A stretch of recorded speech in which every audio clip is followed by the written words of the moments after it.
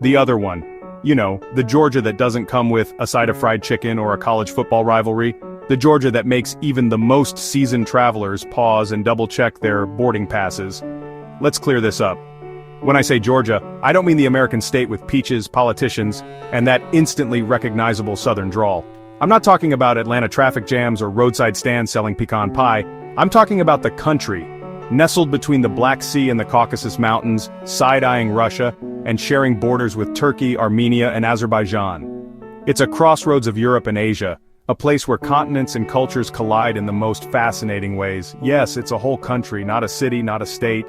It's a land with its own language, its own traditions, and a spirit that's fiercely independent. Americans always ask if I'm flying into Atlanta. No, this flight is longer, crosses an ocean, and involves fewer Civil War generals and a lot more passport stamps. You won't find Hartsfield-Jackson here, but you will find Tbilisi International, and trust me, the adventure starts the moment you land. The confusion is classic, like thinking Africa is a country or that Paris is only in France. But this mix-up is understandable. After all, how often do you hear about a country and a state sharing the same name, separated by thousands of miles and centuries of history? But this Georgia has a history so ancient, the US looks like a weekend blip. We're talking about a civilization that predates Rome, with stories carved into stone and whispered through mountain winds. The alphabet? Looks like Elvish, curved, mysterious, and beautiful. The wine? Legendary. Georgia is the birthplace of wine. With an 8,000-year-old tradition of fermenting grapes in clay vessels called cuvevri, every sip is a taste of history. So, next time someone mentions Georgia, pause and ask, are we talking about the state with skyscrapers and southern charm, or the country with ancient fortresses and mountain villages? It's a question that can change your entire travel story. Because one Georgia is a pleasant vacation, think beaches, barbecues, and sweet tea. The other is a journey to the birthplace of wine, where every meal is a feast and every landscape looks like a painting. This distinction matters, for your knowledge and for your soul. Knowing the difference opens up a world of stories, flavors, and friendships you never knew existed. The country of Georgia, ancient churches perched on misty peaks, epic poetry sung in a language all its own, and the world's oldest winemaking tradition still alive in every village. And that, my friends, is a destination worth knowing, one that will surprise you, delight you, and maybe even change the way you see the world.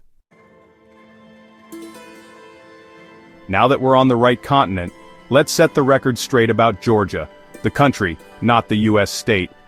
Nestled at the crossroads of Europe and Asia, Georgia is a land where ancient traditions meet breathtaking landscapes, and where every stone seems to have a story to tell. So, why does this Georgia matter so much? It's not just a destination for adventure seekers or history buffs. It's the beating heart of winemaking, a place where the story of wine began, thousands of years before the world's most famous wine regions even existed.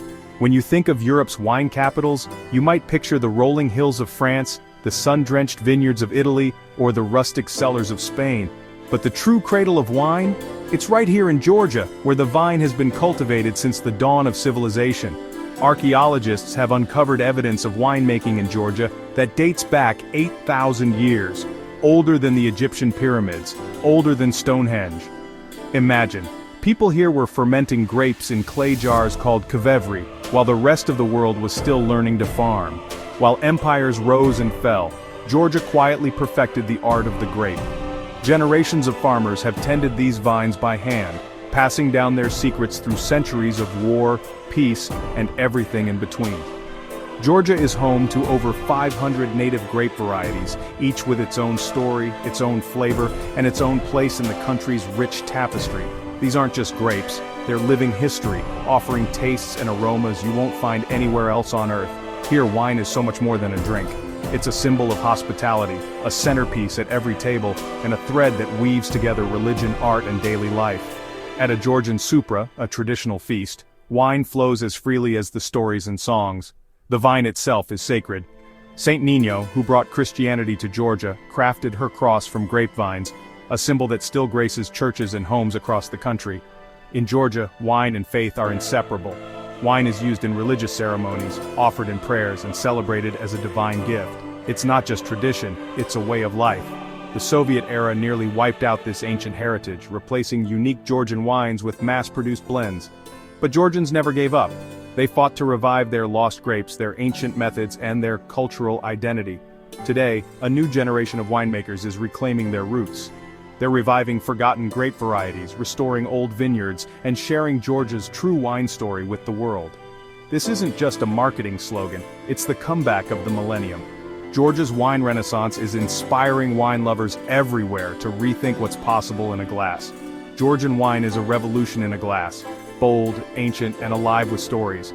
Every sip connects you to a tradition that's older than history itself. Forget what you think you know about wine. This is where it all began, where wine was born, not just bottled. And now, it's time for the world to notice. Raise a glass to Georgia, the original home of wine and a living legend in every bottle. France gets the glory, the headlines, and the Instagram likes. When people think of wine, they picture rolling vineyards in Bordeaux, elegant chateaux, and glasses clinking in Parisian bistros. French wine is the gold standard, or so we're told. But here's the twist. Georgia had vineyards before France even had cave paintings. While the French were still drawing on limestone walls, Georgians were already fermenting grapes in clay jars, perfecting a craft that would shape the world's wine story. The French loved their rules, regions, labels, regulations. Every bottle is a lesson in geography and bureaucracy, with strict laws about what can be grown where and how it must be made. Georgia, it's about tradition, not bureaucracy. Here, winemaking is a family affair, passed down through generations, guided by intuition and respect for the land. Georgian wine is soulful, wild, and tells a story with every sip. It's not just a drink, it's a living connection to ancient roots, a taste of history in a glass. Italy and Rome, also late to the game, learning from Greeks, who learned from Georgia. The world's most famous wine cultures are in a way students of the Georgian masters. In Georgia, a winery visit feels like joining a family, not a transaction. You're welcomed with open arms, homemade food, and stories that flow as freely as the wine.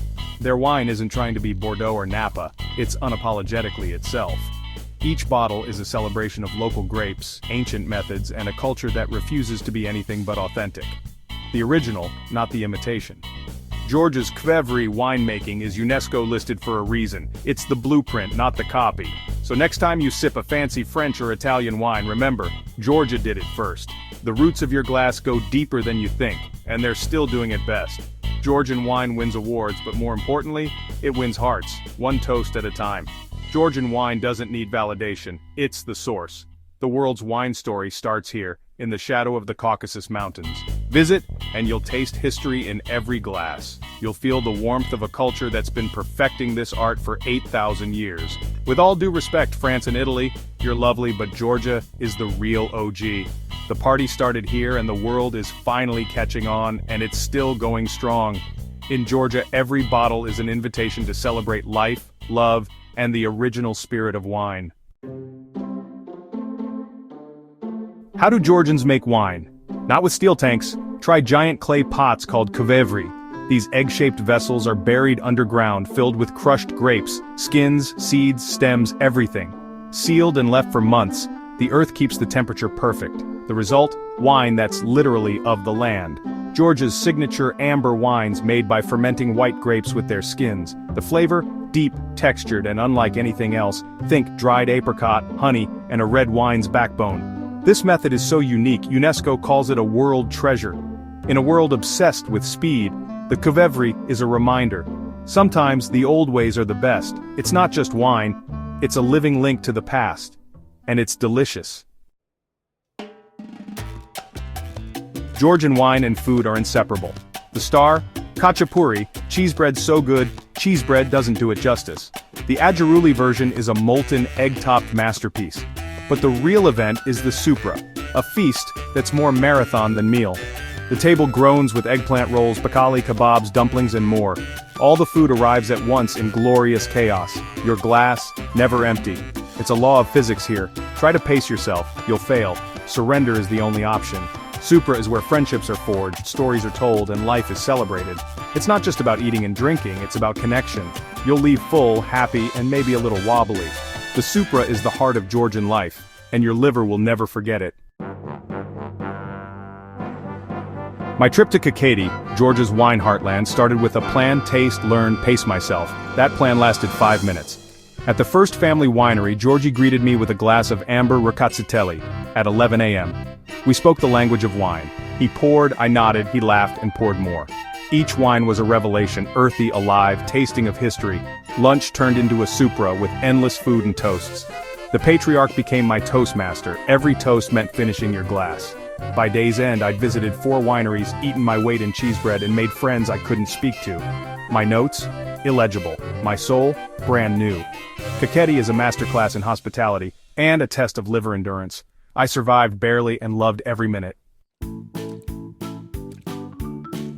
At a Georgian Supra, the tamada is king. The tamada is toastmaster, philosopher, comedian, and party general. Toasts aren't just cheers, they're mini speeches, stories, and life lessons. The order is sacred: God, peace, Georgia, family, and so on.